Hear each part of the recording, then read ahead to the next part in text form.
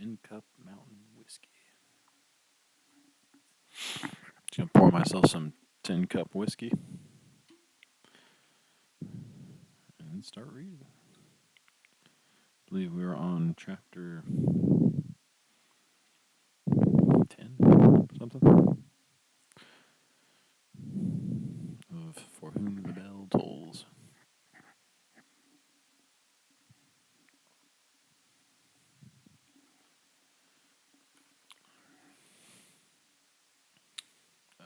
Chapter 11.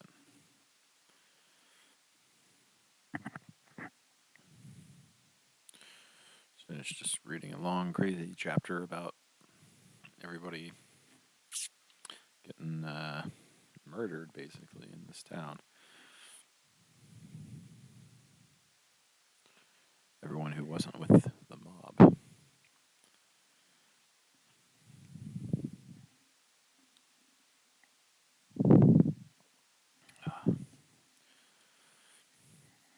Damn, that's good whiskey.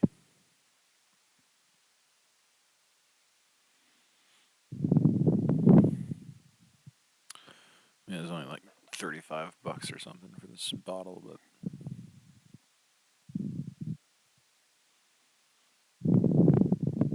pretty good.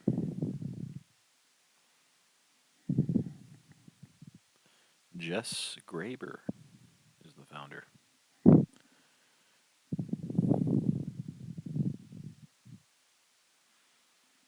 I wonder if that's a woman. Sounds like it.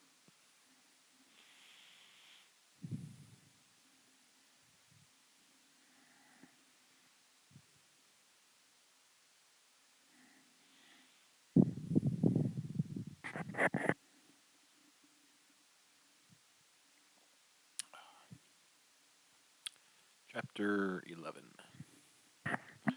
As they came up, still deep in the shadow of the pines, after dropping down from the high meadow into the wooded valley and climbing up it on a trail that paralleled the stream and then left it to gain steeply the top of a rim rock formation, a man with a carbine stepped out from behind a tree.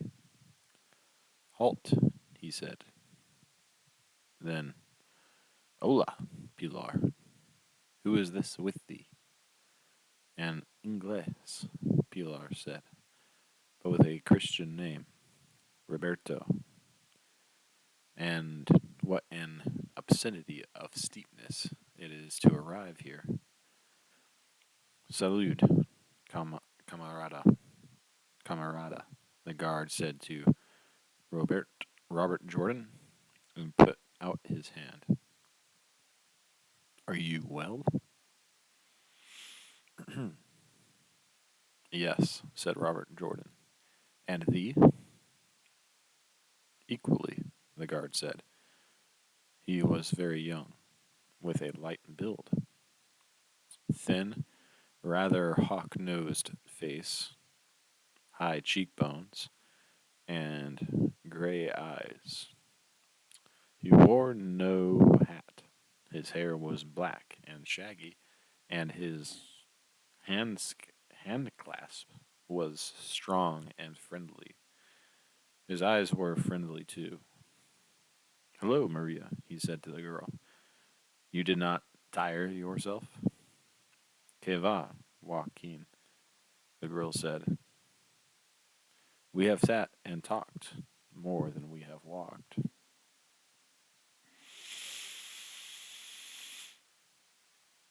Are you the dynamiter?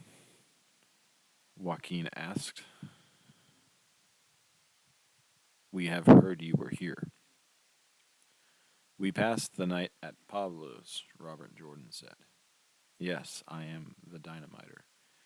We are glad to see you, Joaquin said. Is it for a train?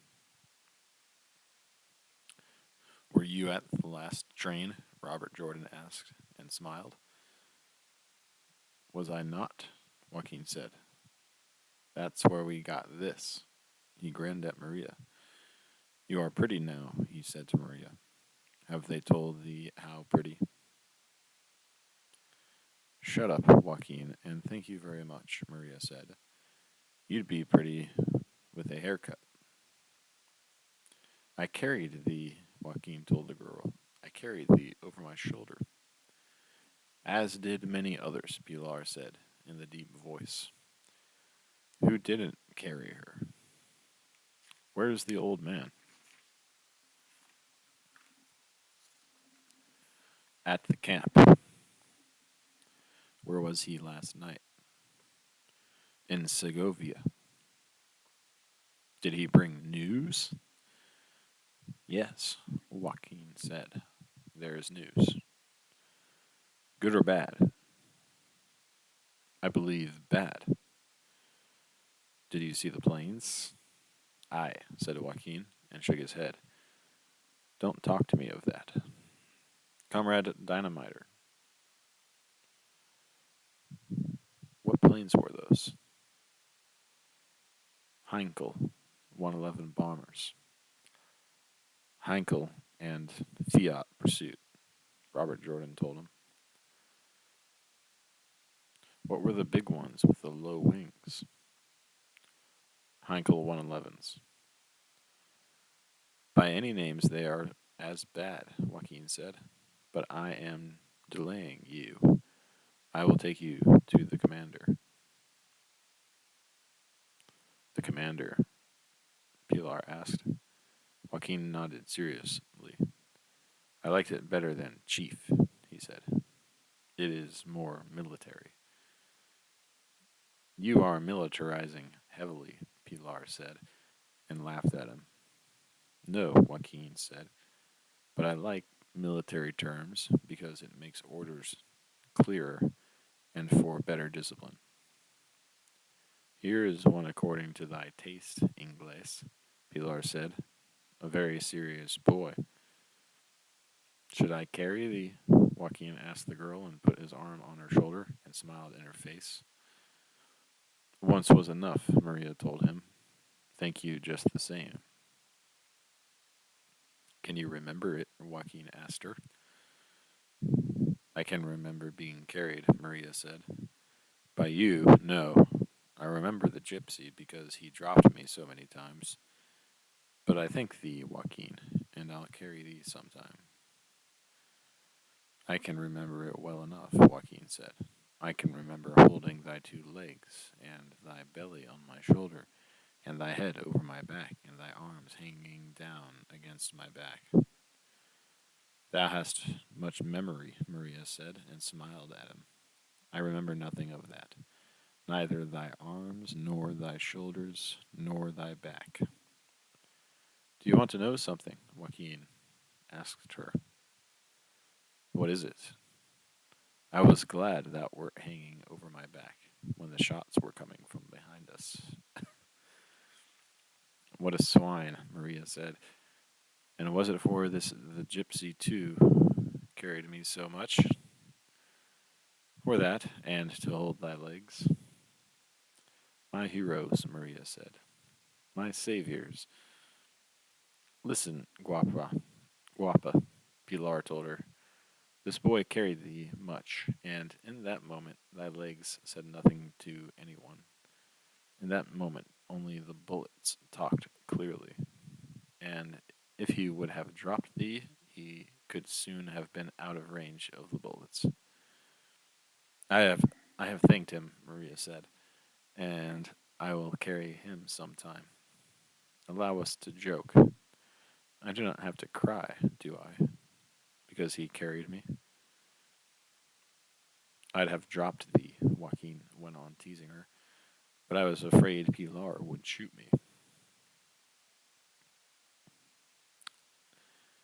I shoot no one, Pilar said. No hace falta, Joaquin told her. You don't need to. You scare them to death with your mouth. What a way to speak, Pilar told him. And you used to be such a polite little boy. What did you do before the movement, little boy? Very little, Joaquin said. I was 16. But what exactly? few pairs of shoes from time to time. Make them? No, shine them.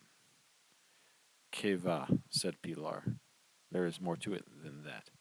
She looked at his brown face, his lithe build, his shock of hair, and the quick heel and toe way that he walked. Why did you fail at it? Fail at what? What? You know what? You're growing the pigtail now. I guess it was fear, the boy said. You've a nice figure, Pilar told him, but the face isn't much. So it was fear, was it? You were all right at the train. I have no fear of them now, the boy said.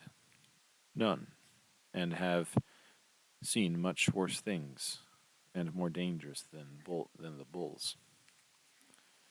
It is clear no bull is as dangerous as a machine gun. But if I were in the ring with one now, I do not know if I could dominate my legs. He wanted to be a bullfighter, Pilar explained to Robert Jordan, but he was afraid. Do you like the bulls, comrade Dynamiter? Joaquin grinned, showing white teeth. Very much, Robert Jordan said. Very, very much. Have you seen them at Valladolid? Asked Joaquin. Yes, in September, at the Feria. That's my town, Joaquin said. What a fine town, but how the buena gente, the good people of that town, have suffered in the war. Then his face grave. There they shot my father, my mother, my brother-in-law, and now my sister. What barbarians, Robert Jordan said. How many times had he heard this? How many times had he watched people say it with difficulty? How many times had he seen their eyes fill and their throats harden with the difficulty of saying, my father, or my brother, or my mother, or my sister? He could not remember how many times he had heard them mention their dead in this way. Nearly always they spoke as this boy did now, suddenly and apropos of the mention of the town, and always you said, what barbarians?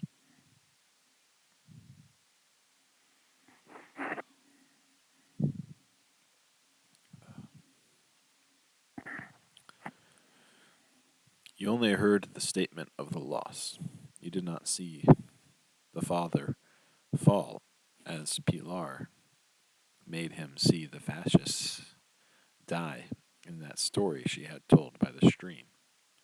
You knew the father died in some courtyard, or against some wall, or in some field or orchard, or at night, in the lights of a truck, beside some road. You had seen the lights of the car from the hills and heard the shooting, and afterwards you had come down to the road and found the bodies. You did not see the mother shot, nor the sister, nor the brother. You heard about it. You heard the shots, and you saw the bodies. Pilar had made him see it in that town. If that woman could only write, he would try to write it, and if he had luck, he could remember it, and could remember it. Perhaps he could get it down as she told it. God, how she could tell a story. She's better than Quevedo, he thought.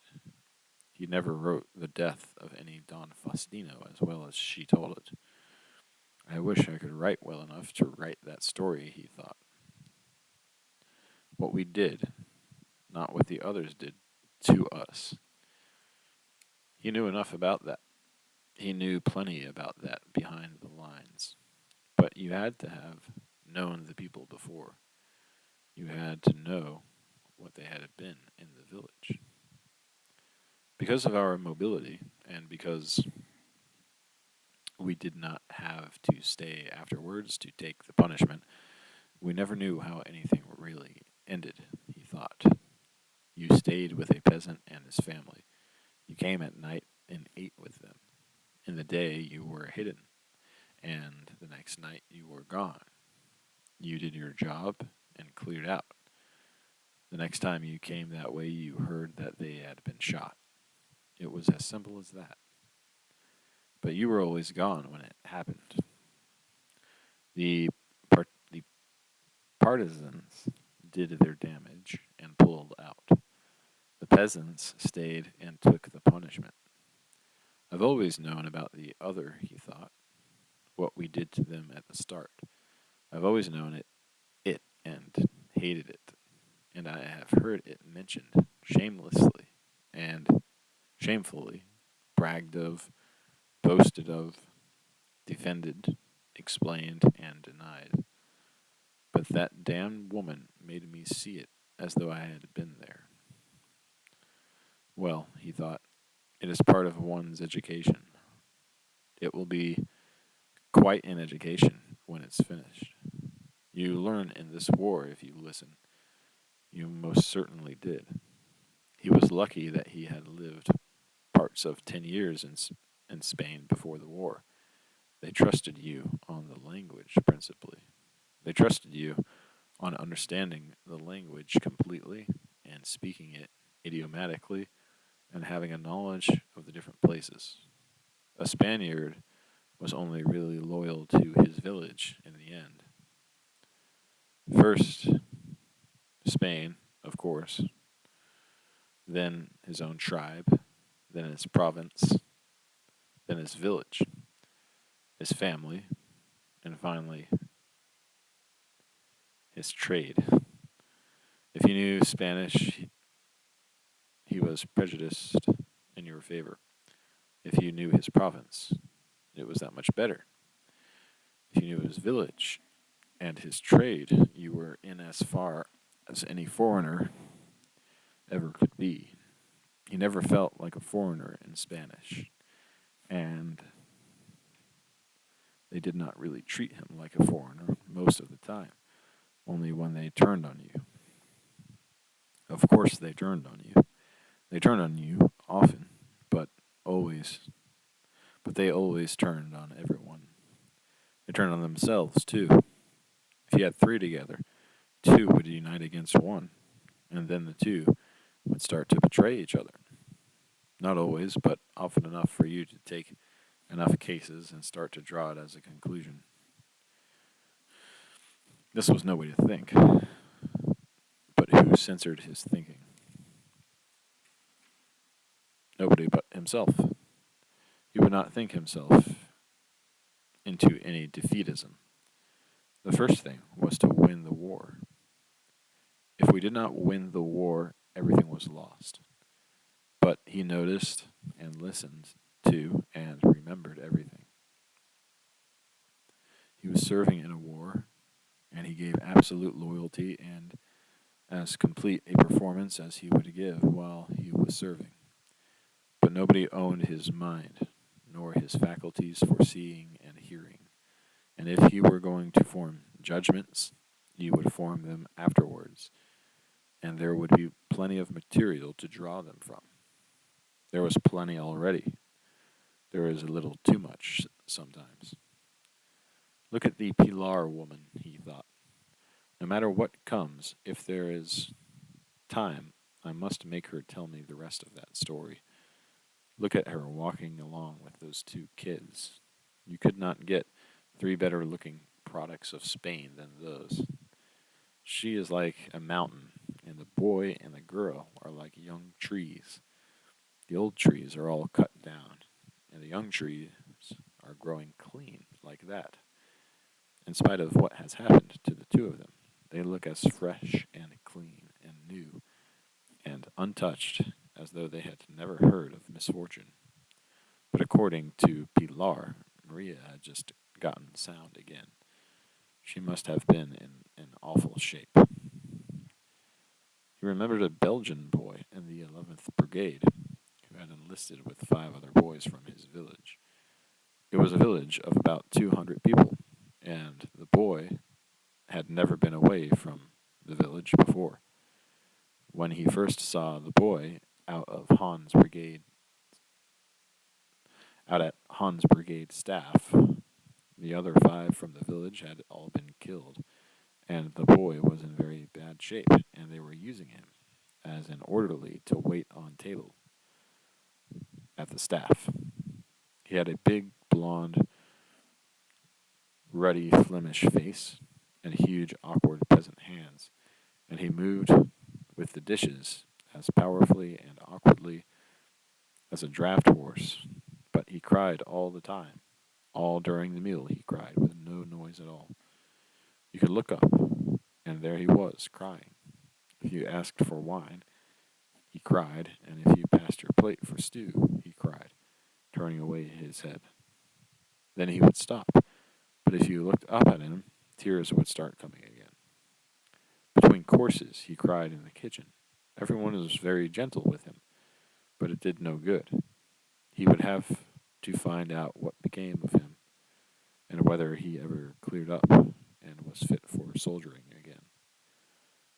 Maria was sound enough now. She seemed so anyway, but he was no psychiatrist. Pilar was the psychiatrist. It probably had been good for them to have been together last night. Yes, unless it stopped. It certainly had been good for him. He felt fine today, sound and good and unworried and happy. The show looked bad enough, but he was awfully lucky too. He had been in others. He had been in others that announced themselves badly, announced themselves that was thinking in Spanish, announced themselves that was thinking in Spanish. Maria was lovely. Look at her, he said to himself. Look at her. He looked at her, striding happily in the sun, her khaki shirt upon open at the neck. She walked like a colt moves, he thought. You do not run into onto something like that. Such things don't happen. Maybe it never did happen, he thought.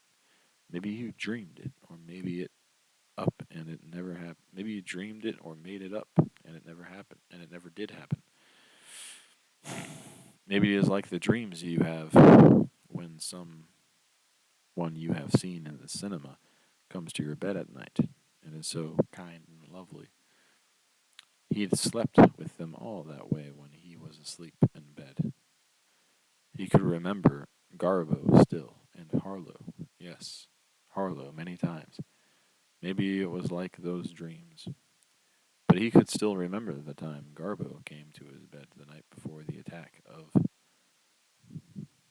Pazo Blanco, and she was wearing a soft, silky wool sweater when he put his arm around her, and when she leaned forward, her hair swept forward and over his face, and she said, "Why had he never told me that he loved her?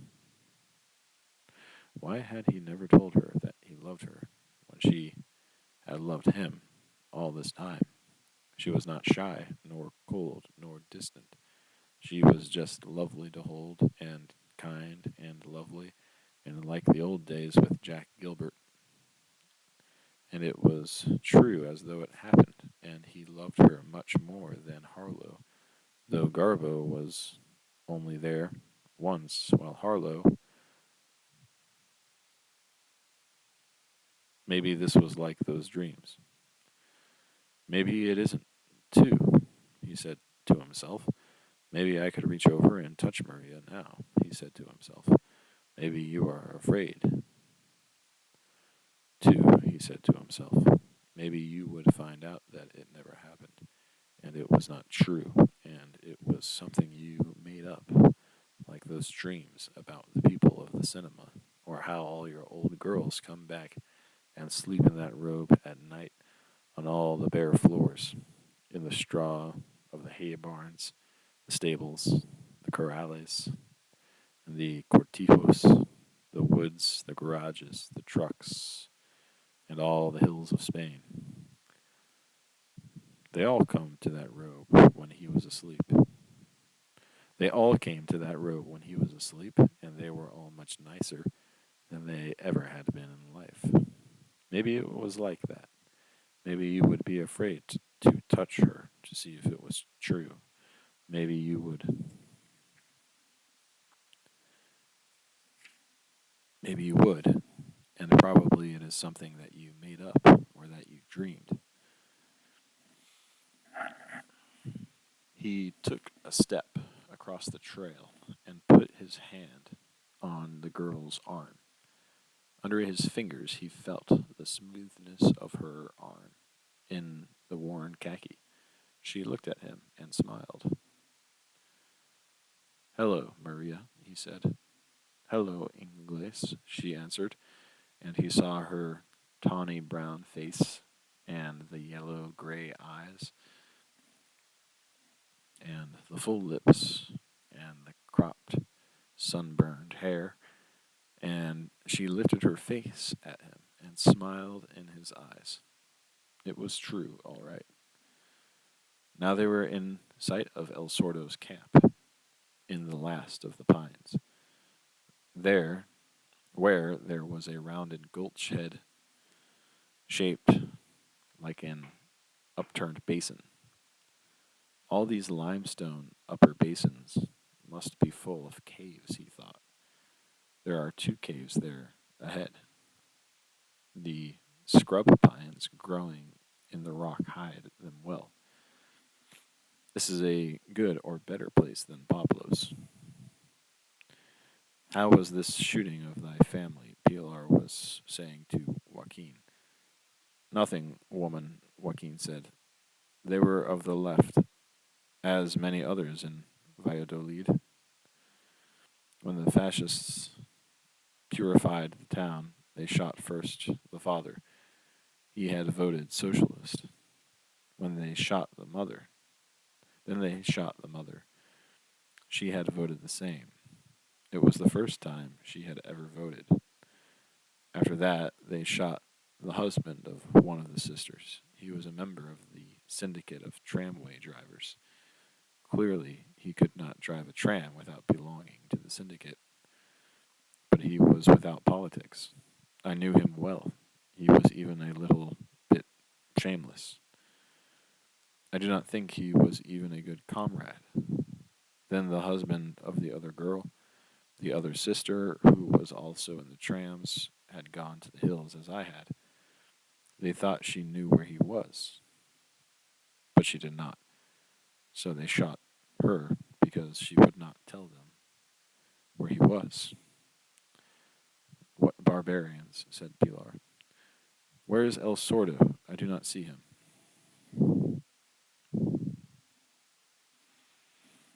He is here.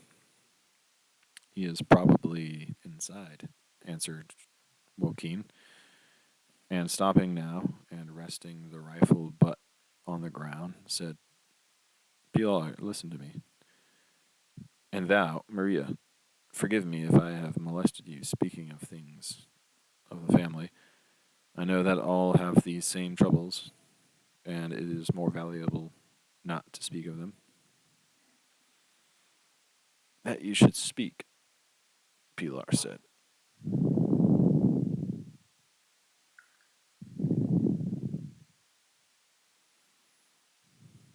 For what are we born if not to aid one another? And to listen and say nothing is a cold enough aid. But it can molest the Maria. She has too many things of her own. Que va, Maria said. Mine are such a big bucket that yours falling in will never fill it. I am sorry, Joaquin, and I hope thy sister is well. So far she's all right, Joaquin said. They have her in prison, and it seems they do not mistreat her much. Are there others in the family? Robert Jordan asked. No, the boy said. Me, nothing more, except the brother-in-law who went to the hills, and I think he is dead. Maybe he is all right, Maria said. Maybe he is with a band in other mountains. For me, he is dead, Joaquin said. He was never too good at getting about, and he was conductor of a tram, and that is not the best preparation for the hills. I doubt if he could last a year. He was somewhat weak in the chest, too. But he may be all right. Maria put her arm on his shoulder. Certainly, girl. Why not? Said Joaquin. As the boy stood there, Maria reached up, put her arms around his neck, and kissed him. Joaquin turned his head away because he was crying. That is as a brother, Maria said to him. I kiss thee as a brother. The boy shook his head, crying without making any noise. I am thy sister, Maria said, and I love thee, and thou hast a family. We are all thy family, including the Ingles, boomed Pilar. Isn't that true, Ingles? Yes, Robert Jordan said to the boy. We are all thy family, Joaquin. He's your brother, Pilar said to him. Hey, Ingles. Robert Jordan put his arm around the boy's shoulder. We are all brothers, he said. The boy shook his head. I am ashamed to have spoken, he said. To speak of such things makes it more difficult for all. I am ashamed of molesting you.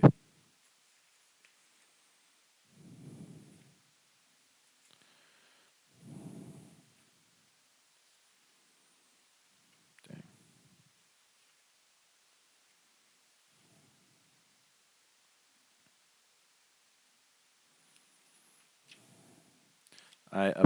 Obscenity in the milk of my shame, Pilar said to her, said in her deep, lovely voice.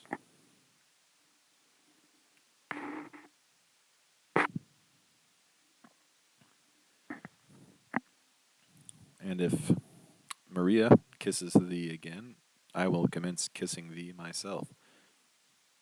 It's years since I've kissed a bullfighter, even an unsuccessful one like thee. I would like to kiss an unsuccessful bullfighter turned communist. Hold him, Ingles, till I get a good kiss at him.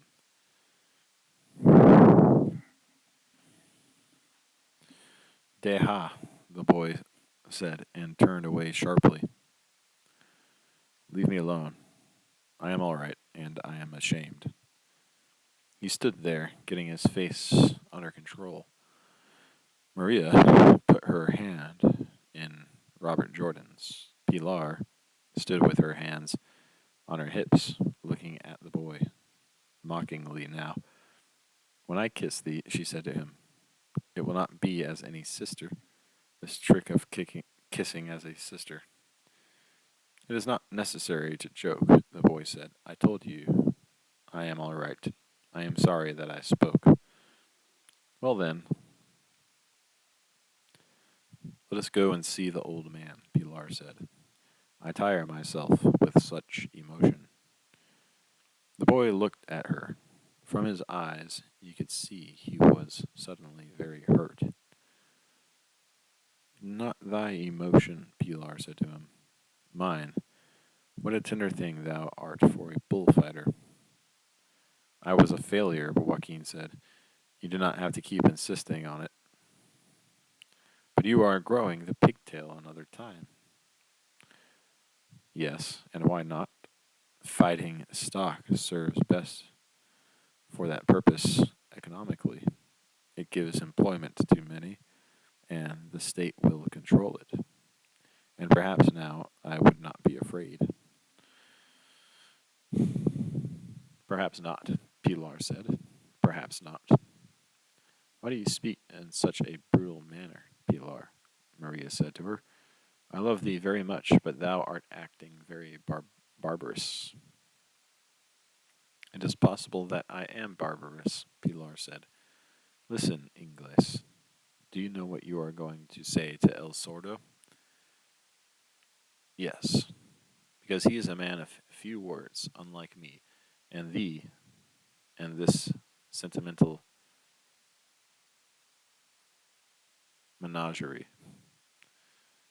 Why do you talk thus? Maria asked, again angrily.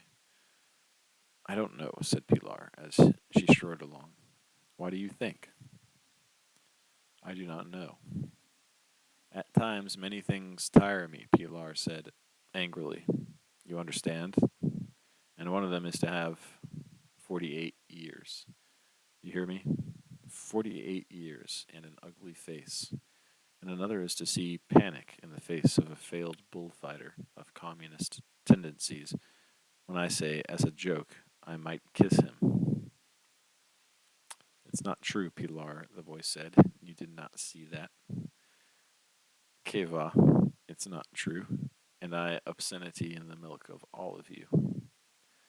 Ah, there he is. Hola, Santiago. Que tal? Que tal?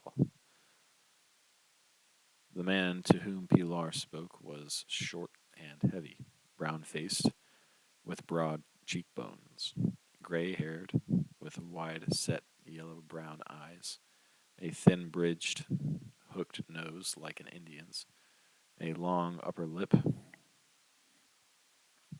and a wide, thin mouth. He was clean shaven, and he walked toward them from the mouth of the cave, moving with the bow legged walk that went with his cattle herdman's breeches and boots. The day was warm, but he had on a sheep's wool lined short leather jacket, buttoned up to the neck. He put out a big brown hand to Pilar. Hola, woman, he said.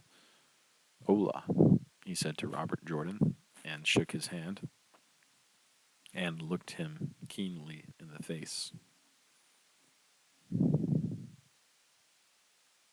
Robert Jordan saw his eyes were yellow as a cat's, and flat as reptiles' eyes are.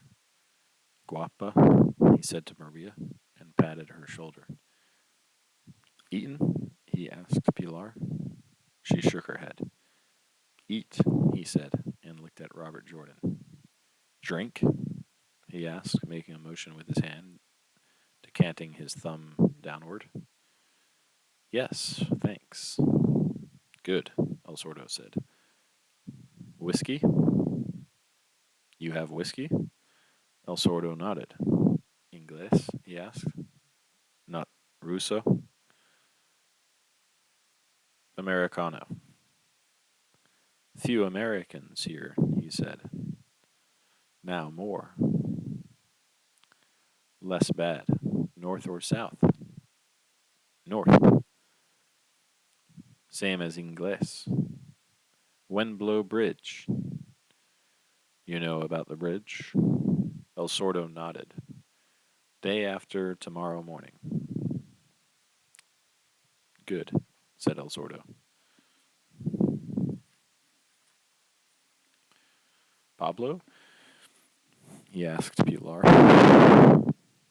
She shook her head. El Sordo grinned. Go away, he said to Maria, and grinned again. Come back. He looked at a large watch he pulled out on a leather thong from inside his coat. Half an hour. He motioned them to sit down on a flattened log that served as a bench, and looking at Joaquin, jerked his thumb down the trail in the direction they had come from. I'll walk down with Joaquin and come back, Maria said. El Sordo went into the cave and came out with a pinch bottle of Scotch whiskey and three glasses. The bottle was under one arm, and three glasses were in the hand of that arm, a finger in each glass, and his other hand was around the neck of an earthenware jar of water. He put the glasses and the bottle down on the log and set the jug on the ground. No ice, he said to Robert Jordan, and handed him the bottle. I don't want any. Pilar said, and covered her glass with her hand. Ice last night on ground, El Sordo said, and grinned. All melt. Ice up there, El Sordo said, and pointed to the snow that showed on the bare crest of the mountains. Too far. Robert Jordan started to pour into El Sordo's glass, but the deaf man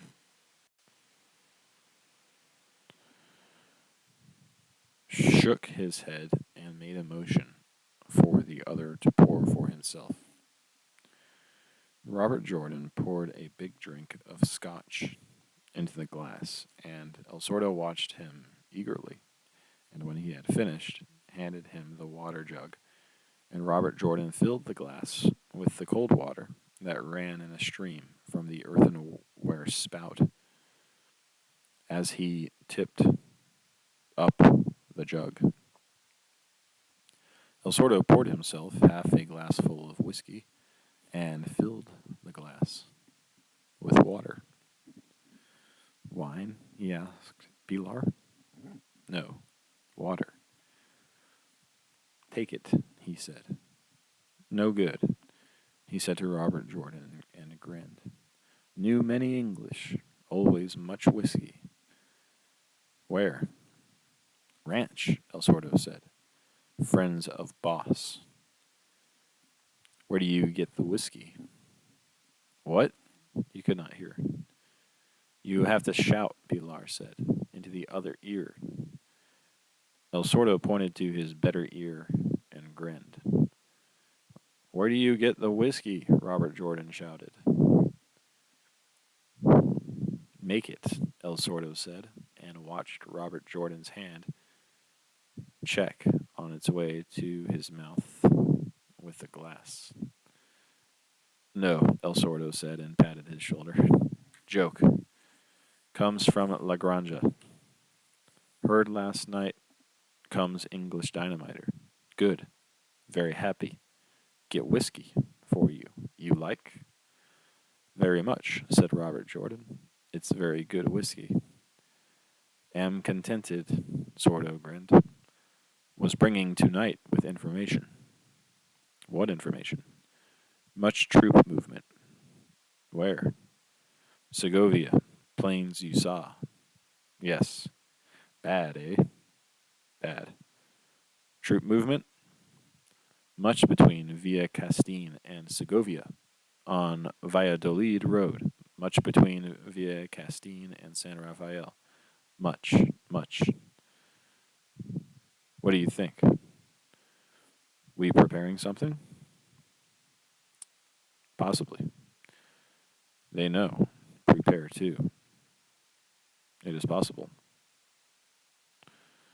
Why not blow bridge tonight? Orders. Whose orders? General Staff. So, is the time of the blowing important? Pilar asked. Of all importance. But if they are moving up troops, I will send Anselmo with a report of all movement and concentrations. He is checking the road. You have someone at road? Sordo asked. Robert Jordan did not know how much he had heard. You never know with a deaf man. Yes, he said. Me too. Why not blow bridge now? I have my orders. I don't like it, El Sordo said. This I do not like. Nor I, said Robert Jordan. El Sordo shook his head and took a sip of the whiskey. You want of me? How many men have you? 8. To cut the telephone, attack the post at the house of the road menders, take it, and fall back on the bridge. It is easy. It will all be written out. Don't trouble. And Pablo? We'll cut the telephone below, attack the post at the sawmill, take it, and fall back on the bridge. And afterwards for the retreat? Pilar asked. We are 7 men, 2 women, and 5 horses. You are, she shouted into Sordo's ear, 8 men and 4 horses. Faltan caballos, he said. Lacks horses. Faltan caballos. 17 people and 9 horses, Pilar said, without accounting for transport. Sordo said nothing. There is no way of getting horses, Robert Jordan said into Sordo's best ear. In war a year, Sordo said. Have 4. He showed 4 fingers. Now you want 8 for tomorrow. Yes, said Robert Jordan. Knowing you are leaving, having no need to be careful as you have been in this neighborhood, not having to be cautious here now. You could not cut out and steal 8 head of horses? Maybe, Sordo said. Maybe none. Maybe more. You have an automatic rifle? Robert Jordan asked. Sordo nodded. Where? Up the hill. What kind? Don't know name. With pans. How many rounds? 5 pans. Does anyone know how to use it? Me, a little. Not shoot too much. Not want to make noise here. Not want use cartridges. I will look at it afterwards, Robert Jordan said. Have you hand grenades? Plenty. How many rounds per rifle? Plenty. How many? 150. More, maybe. What about other people? For what? To have sufficient force to take the posts and cover the bridge while I am blowing it. We should have double what we have. Take posts, don't worry. What time day? Daylight. Don't worry. I could use 20 more men to be sure, Robert Jordan said. Good ones do not exist. You want undependables? No. How many good ones? Maybe 4. Why so few? No trust. For horse holders? Must trust much to be horse holder. I'd like 10 more good men if I could get them. 4. Anselmo told me there were over 100 here in these hills. No good. You said 30, Robert Jordan said to Pilar. 30 of a certain degree of dependability. What about the people of Elias? Pilar shouted to Sordo. He shook his head. No good. You can't get 10? Robert Jordan asked. Sordo looked at him with his flat yellow eyes and shook his head. 4, he said, and held up 4 fingers. Yours are good? Robert Jordan asked, regretting it as he said it. Sordo nodded. Dentro de la gravedad, he said in Spanish. Within the limits of danger, he grinned. Will be bad, eh? Possibly.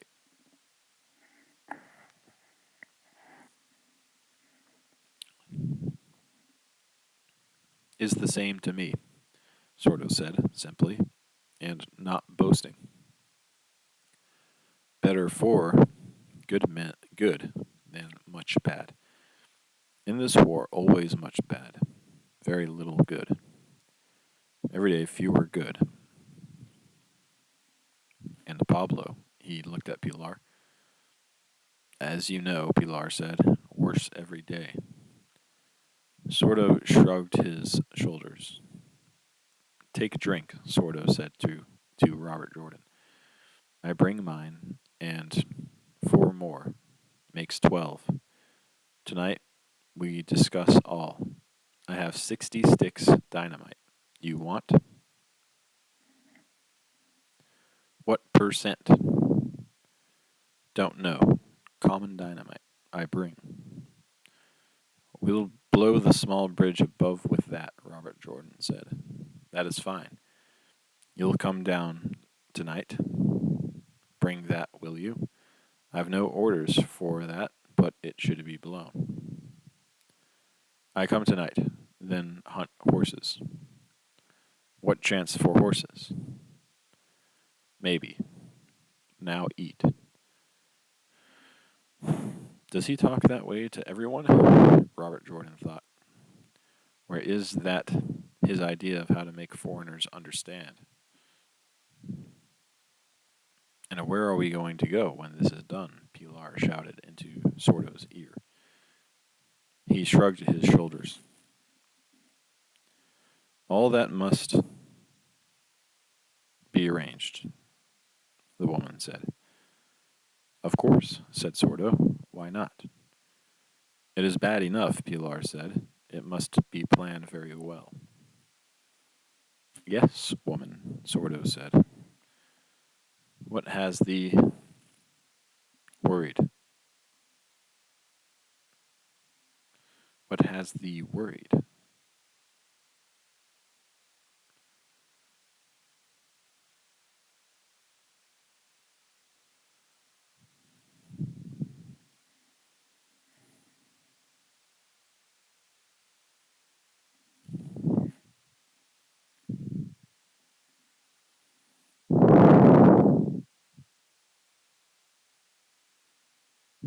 What has thee worried?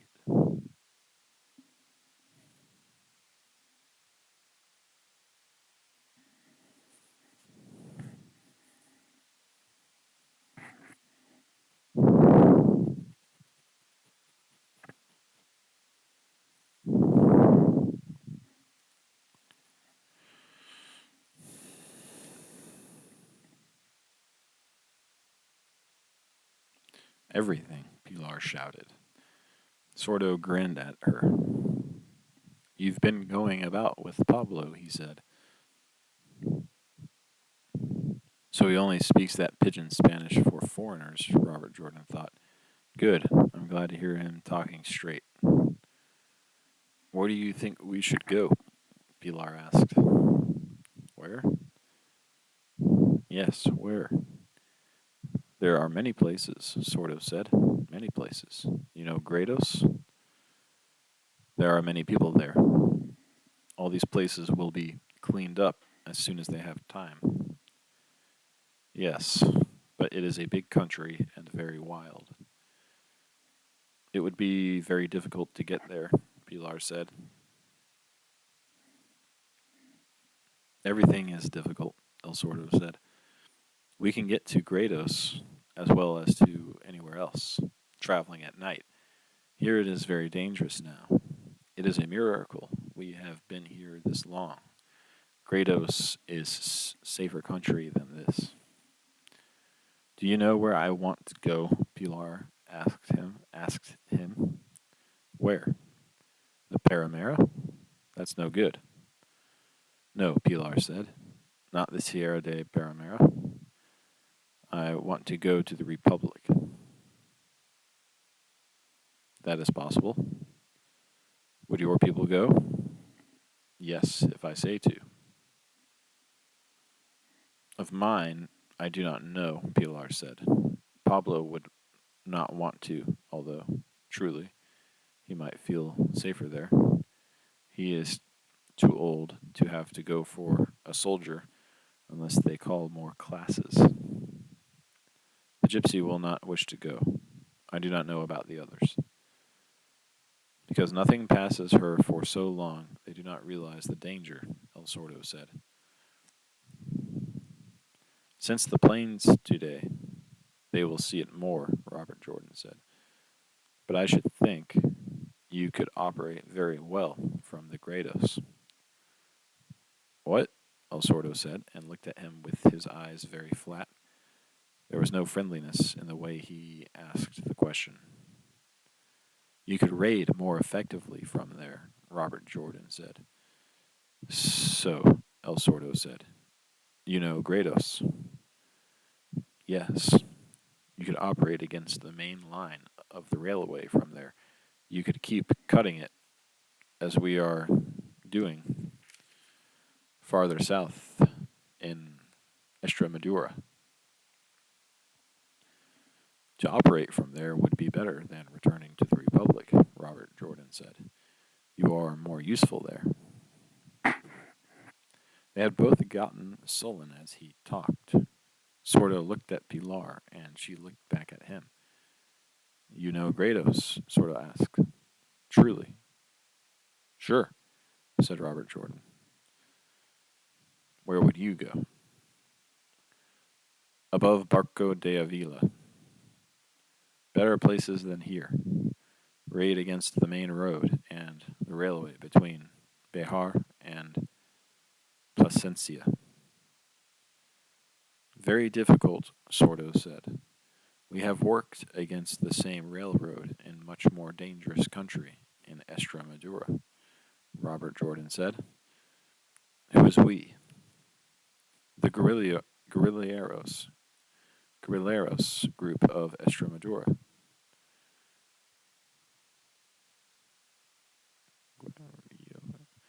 Gay, gay, guerrilleros, guerrilleros,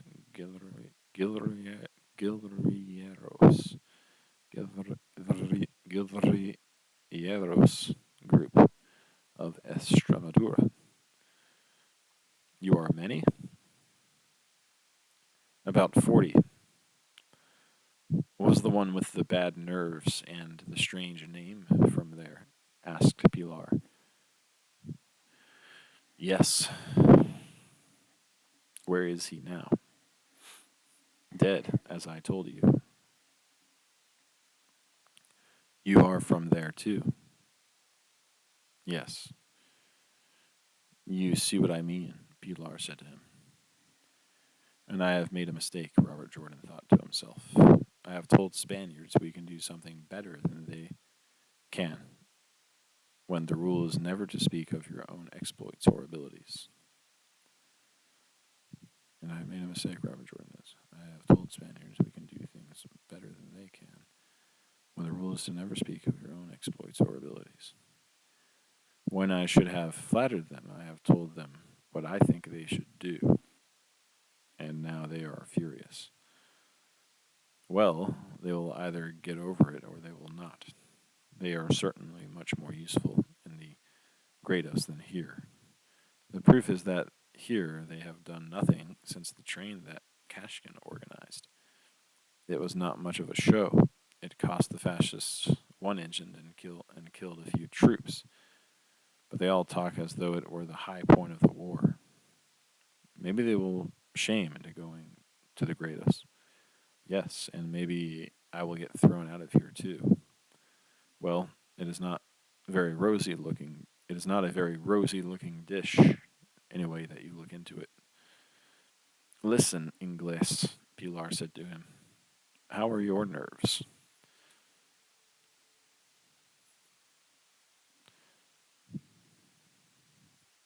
All right, said Robert Jordan.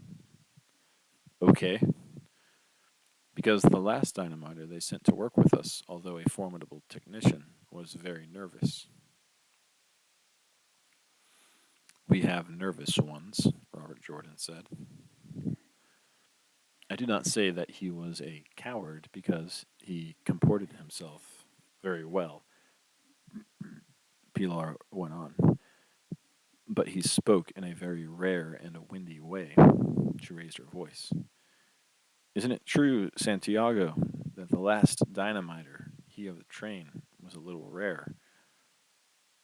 Algo raro, the deaf man nodded, and his eyes went over Robert Jordan's face in a way that reminded him of the round opening at the end of the wand of a vacuum cleaner.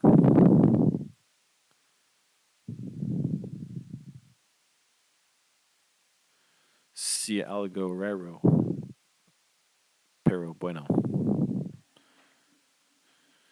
Murillo, Robert Jordan said into the deaf man's ear. He is dead. How was that? The deaf man asked, dropping his eyes down from Robert Jordan's eyes to his lips. I shot him, Robert Jordan said. He was too badly wounded to travel, and I shot him. He was always talking of such a necessity, Pilar said. It was his obsession. Yes, said Robert Jordan. He was always talking of such a necessity, and it was his obsession. Como fue? The deaf man asked. Was it a train? It was returning from a train, Robert Jordan said. The train was successful.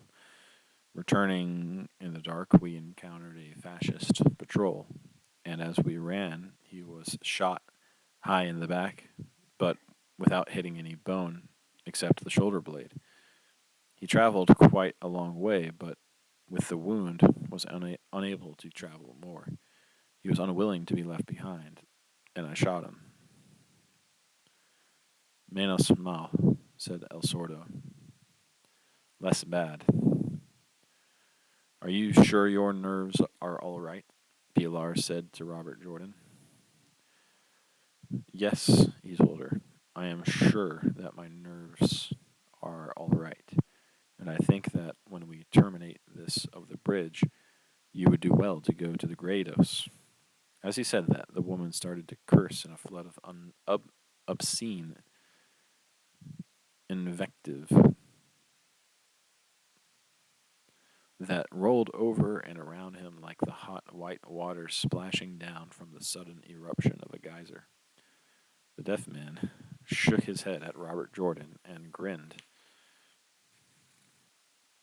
in delight. He continued to shake his head, happily, as Pilar went on, vilifying, and Robert Jordan knew that it was all right again now. Finally, she stopped cursing, reached for the water jug, tipped it up, and took a drink, and said calmly, Then just shut up about what we are to do afterwards, will you, Ingles? You go back to the Republic and take your peace with you, and leave us others alone here to decide what part of these hills we'll die in. Live in, El Sordo said. Calm thyself, Pilar. Live in and die in, Pilar said. I can see the end of it well enough.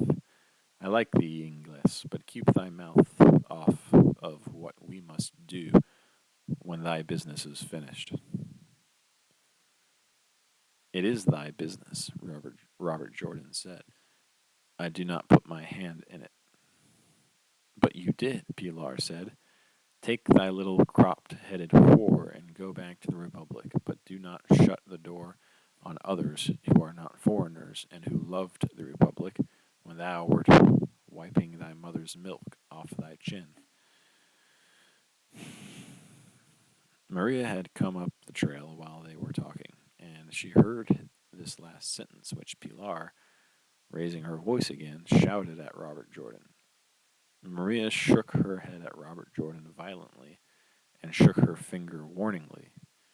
Pilar saw Robert Jordan looking at the girl and saw him smile, and she turned and said, Yes, I said whore, and I mean it. And I suppose that you'll go to Valencia together, and we can eat goat crut in Grados. I'm a whore if thee wishes, Pilar, Maria said. I suppose I am in all cases, if you say so. But calm thyself. What passes with thee? Nothing, Pilar said, and sat down on the bench, her voice calm now, and all the metallic rage gone out of it. I do not call thee that, but I have such a desire to go to the Republic. We can all go, Maria said. Why not? Robert Jordan said, since thou seemest not to love the Grados. Sordo grinned at him. We'll see, Pilar said, her rage gone now. Give me a glass of that rare drink. I have worn my throat out with anger. We'll see. We'll see what happens. You see, comrade, El Sordo explained. It is the morning that is difficult. He was not talking the pidgin Spanish now, and he was looking into Robert Jordan's eyes calmly and explainingly. Not searchingly, nor suspiciously, nor with that flat superiority of the old campaigner that had been in them before. I understand your needs, and I know the posts must be exterminated and the bridge covered while you do your work. This I understand perfectly. This is easy to do before daylight or at daylight. Yes, Robert Jordan said. Run along a minute, will you? He said to Maria without looking at her. The girl walked away out of hearing and sat down, her hands clasped over her ankles. You see, Sordo said, in that there is no problem. But to leave afterward and get out of this country in daylight presents a grave problem. Clearly, said Robert Jordan. I have thought of it. It is daylight for me also. But you are one, El Sordo said. We are various. There is the possibility of returning to the camps and leaving from there at dark, Pilar said, putting the glass to her lips and then lowering it. That is very dangerous too, El Sordo explained. That is perhaps even more dangerous. I can see how it would be, Robert Jordan said. To do the bridge in the night would be easy, El Sordo said. Since you make the condition that it must be done at daylight, it brings grave consequences. I know it. You could not do it at night. I would be shot for it. It is very possible we will all be shot for it if you do it in the daytime. For me, myself, that is less important once the bridge is blown, Robert Jordan said. But I see your viewpoint. You cannot work out a retreat for daylight. Certainly, El Sordo said. We will work out such a retreat. But I explained to you why one is preoccupied and why one is irritated. You speak of going to Grados as though it were a military maneuver to be accomplished. To arrive at Grados would be a miracle. Robert Jordan said nothing. Listen to me, the deaf man said. I am speaking much, but it is so we may understand one another. We exist here by a miracle of laziness and stupidity of the fascists, which they will remedy in time. Of course, we are very careful, and we make no disturbance in these hills. I know. But now, with this, we must go. We must think much about the manner of our going. Clearly. Then, said El Sordo, let us eat now. I have talked much.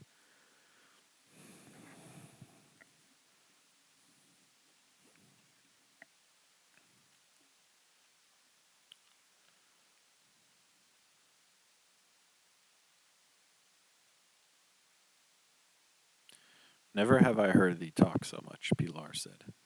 Is it this? She held up the glass. No, El Sordo shook his head. It isn't whiskey. It is that never have I had so much to talk of. I appreciate your aid and your loyalty, Robert Jordan said. I appreciate the difficulty caused by the timing of the blowing of the bridge. Don't talk of that, El Sordo said. We are here to do what we can do, but this is complicated. And on paper, very simple, Robert Jordan grinned. On paper, the bridge is blown at the moment the attack starts, in order that nothing shall come up the road. It is very simple.